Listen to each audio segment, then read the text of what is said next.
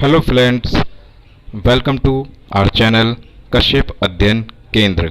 जी हाँ दोस्तों, आज की इस वीडियो में हम क्लास 8 का चैप्टर 10 जो है एनसीईआरटी में reaching the age of adolescence क्या होता है इसके बारे में पढ़ेंगे। Good morning student, today I will teach you a new chapter which is called as reaching the age of adolescence। जी हाँ, reaching the age of adolescence.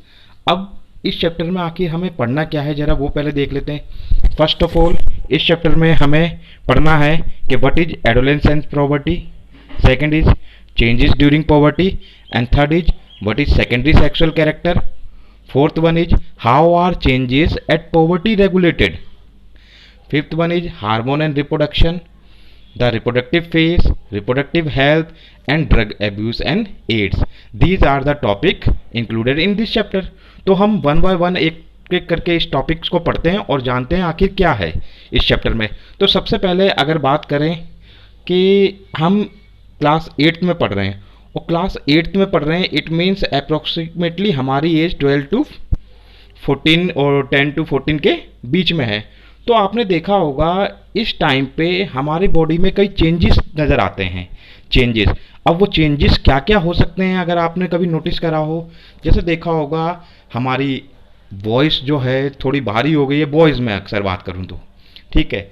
दूसरे, हाइट में एकदम से चेंज आया है, ठीक है। हमारे फेस पे दाढ़ी मूंछ आ गई हैं। तो ये जो चेंजेस होते हैं, आखिर ये चेंजेस होते कैसे हैं? तो ये चेंजेस जो हैं एक पर्टिकुलर एज के बाद ही आते हैं। तो इसी तरीके से कई चेंजेस होते हैं हमारे बॉडी में, आइदर इन बॉयज़ और गर्ल्स दोनों में चेंजेस होते हैं। तो चेंजेस क्या क्या हो सकते हैं जरा एक तरीके से देखें तो आप यहाँ पर देखेंगे कि इसमें बोला हुआ है given below are some development stage of a human being with the help of your teacher और parents write the age group that best suits each stage. अब जैसे यहाँ पर देखिए आपको ये स्मॉल बेबी दे रखा है, ठीक है। फिर उसके बाद थोड़ा सा बड़ा हुआ और बड़ा एंड नाउ एडल्ट। तो इसमें क्या क्या हुआ, तो यहाँ पर पूछा डेवलपमेंट स्टेज, जैसे न्यू बॉर्न।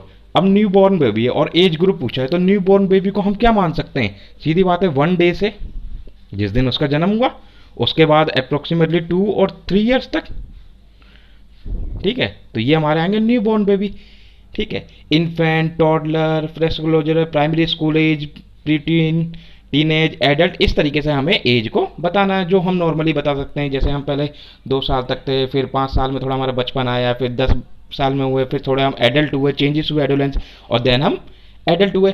तो इस तरीके के काफ़ी चेंजेस जो हैं हमारे बॉडी में हमें देखने को मिलते हैं। अगर हम बात करें प्रीवियस चैप्टर की, तो जैसा कि आप जानते हैं प्रीवियस चैप्टर में हमने ये पढ़ा था कि how animal reproduce and the various reproductive organs of male and female human beings, यानी कि एनिमल्स जो होते हैं कैसे रिप्रोड्यूस करते हैं अपने जैसे ऑर्गेनिज्म को, और उनके रिप्रोडक्टिव ऑर्गन क्या होते हैं मेल और फीमेल में। और हमने देखा था इसमें एक प्रोसेस होता है जिसे हम फर्टिलाइजेशन कहते हैं, और वो फर्टिलाइजेशन जो है development of embryo into body has been discussed earlier. ये सब हम पहले पढ़ चुके हैं। नाउ अब हम पढ़ते हैं कि आखिर पॉवर्टी और एडोलेसेंस होता क्या है। सबसे पहले बात करते हैं इन्फेंसी की। इन्फेंसी क्या होती है? The stage of a growth of a baby from birth to about 2 years of age is called infancy. तो सबसे पहले हमने एक टर्म पढ़ी infancy.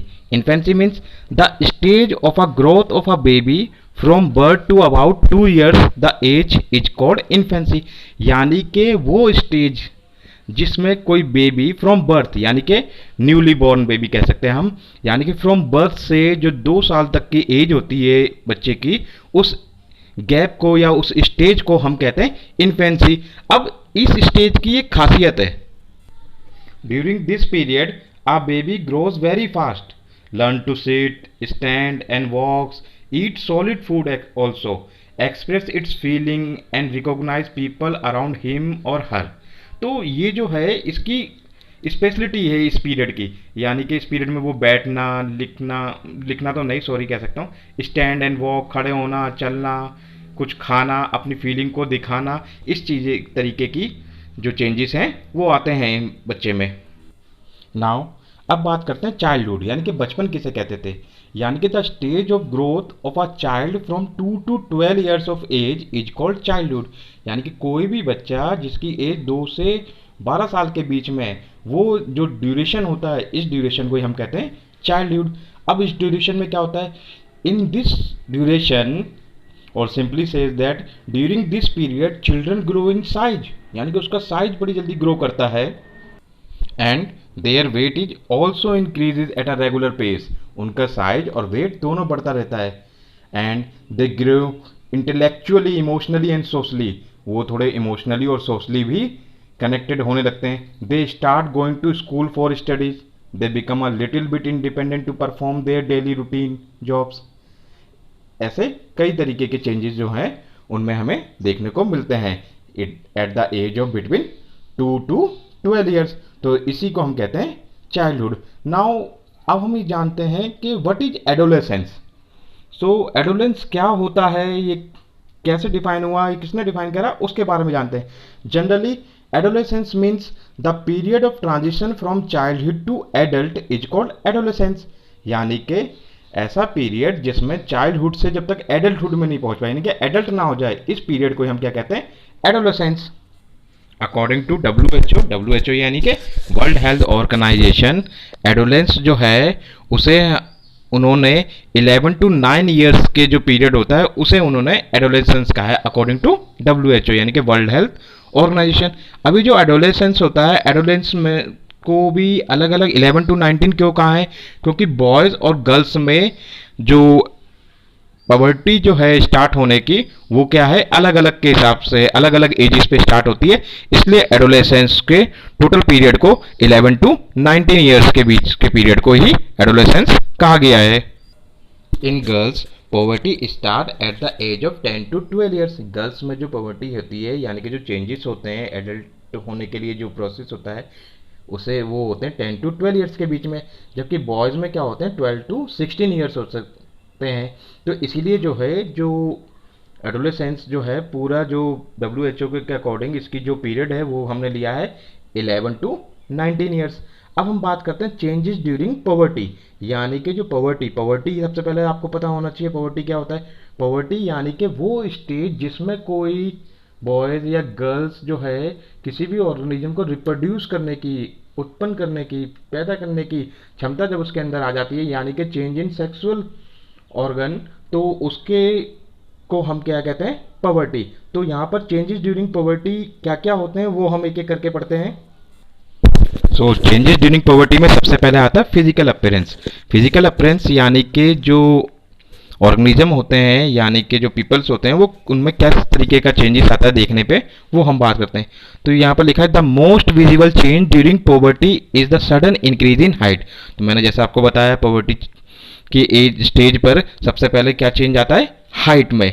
During this time the long bones, that is bones of arms and the legs elongate and make a person tall, यानी कि जो हमारे आर्म्स होते हैं, हाथ होते हैं और पैरों के जो बोन्स होते हैं वो लंबे होने लगते हैं, जिसके कारण जो है इंसान जो है वो लंबा नजर आता है।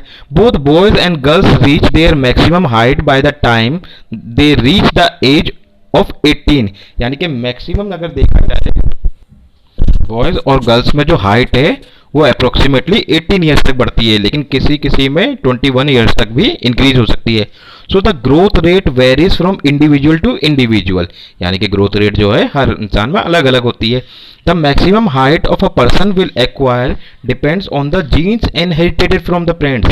जी हाँ दोस्तों, जो हाइट जो है वो उसके पेरेंट्स के जीन पे भी डिपेंड करती है। सपोज अगर मदर और फादर में से कोई भी अगर एक पेरेंट्स लंबा हुआ तो बच्चे की हाइट जो है वो लंबी जा सकती है। Adequate nourishment is also required for the bones, muscles and the body parts of the proper growth, और साथ साथ में जो नरिशमेंट होता है, यानी कि खाने पीने पे भी डिपेंड करती है हाइट। अगर किसी भी बच्चे का बचपन से खान पान अच्छा रहा है, उसे अच्छे न्यूट्रिएंट मिलते रहे हैं, तो भी उसकी हाइट जो है वो अच्छी इंक्रीज करती है। Now second change in body shape, यानी कि जैसे जैसे एज बढ़ती है हमारे बॉडी की शेप भी चेंज होने लगती है। जैसे कि the changes that occur in boys during adolescence is different from the change during in girls. Boys और गर्ल्स में डिफरेंट डिफरेंट चेंजेस आप देखेंगे।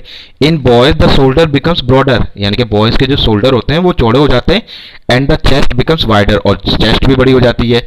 The muscles grow more then in girls, और बॉयज के देखा होगा गर्ल्स के कंपैरिजन में मसल्स भी ज़्यादा तेजी से बढ़ते हैं, जैसे देखा होगा कई बॉयज जिम्स वगैरह भी करते हैं, ठीक है।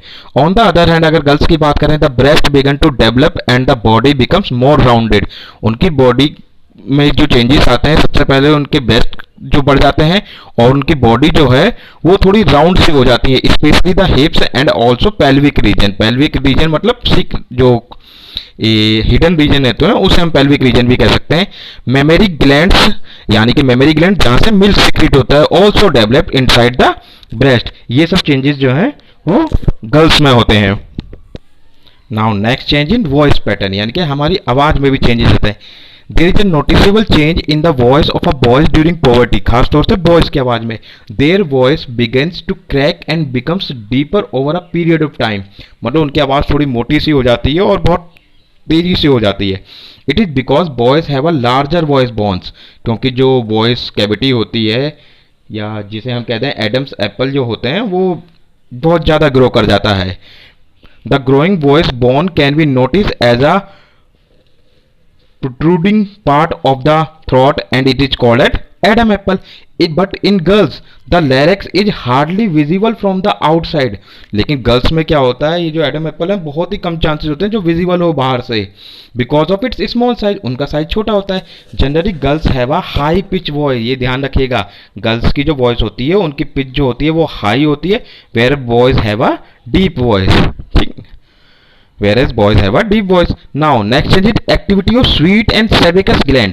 अब कुछ जो ग्लैंड होते हैं, स्वेट मतलब पसीना जो आता है, इस तरीके के ग्लैंड्स भी जो होते हैं वो बॉडी में हो जाते हैं, डेवलप हो जाते हैं। तो during poverty sweat and all glands in the body become very active and resulting in increasing sweating, यानी कि स्वेटिंग हमें ज़्यादा आने लगती है, पसीना ज़्यादा आने लगता है जैसे जैसे हम पॉवर्टी के एज में आते हैं। This often cause body smell, और बॉडी से स्मेल आने लगती है। द स्किन बिकम्स ऑयलर, और स्किन भी ऑयलर, देखा होगा फेस पे भी ऑयल वगैरह आ जाता है इस तरीके से। Often causing acne and pimples on the face, जिसके कारण हमारे बॉडी फेस पे जो है पिंपल्स वगैरह निकलने लगते हैं मुंह से, जिसे हम कहते हैं। Now next change is development of typical hair pattern. सबसे ज़्यादा चेंज इसी में देखा जाता है, हेयर पैटर्न। हेयर पैटर्न मतलब बालों में भी चेंजेस आते हैं, जगह जगह पे बॉडी पे बाल आ जाते हैं। फॉर एग्जाम्पल जैसे हमने आर्मपिट मतलब जो हमारे हाथों के बगल में होते हैं उसमें भी बाल आ जाते हैं। And the pubic area in boys यानी कि बिलो द एबिडोमिनल यानी कि नीचे के पार्ट में भी जो बाल आ जाते हैं। एंड गर्ल्स में also boys also develop facial hair, यानी कि बॉयज़ के ऑल्सो चेहरे पर भी जैसे दाढ़ी मूछ जो आ जाती है, इस तरीके के हेयर जो हैं आने लगते हैं। चेस्ट में भी हेयर जो आने लगते हैं। ये जो हेयर डेवलपमेंट है ये भी एक तरीके की निशानी है कि पॉवर्टी स्टार्ट हो चुकी है। Now development of sex organ, अब सेक्स ऑर्गन भी डेवलप्ड होते हैं। At puberty male sex organ of reproductive part like testis and penis develop completely and the testis also begin to produce sperm. इस age में जो mail होते हैं उनके टेस्टिस और पेनिस जो पूरे तरह डेवलप हो जाते हैं और वो स्पर्म प्रोड्यूस करने लगते हैं। बल्कि इन गर्ल्स में ovary in large and eggs begin to mature and ovary start releasing mature eggs every month। और गर्ल्स में जो ओवेरी होती हैं वो बड़ी होने लगती हैं और जो उसमें एग्स होते हैं वो मैच्योर होने लगते हैं और ईच मंथ एक मैच्योर एग जो है वो रिलीज करने लगते हैं। Next change in behaviour attitude and reaching emotionally maturity, यानी कि इस एज में इंसान जो है मैच्योर हो जाता है, यानी कि जिसे हम मैच्योर कहते हैं, यानी कि वो इमोशनली सोशली कनेक्ट होने लगता है लोगों से। During adolescence mind also develop along with the body, the maturity and the intellectual capacity of brain increase, वो सोचने की क्षमता उसकी बढ़ जाती है। Which improve the decision making ability, और जिससे वो अपने आप खुद डिसीजन ले सकता है। Adolescent are more independent than before, यानी कि जो पहले जो होता है उसके मुकाबले कहीं ज़्यादा इंटेलिजेंट हो जाता है वो।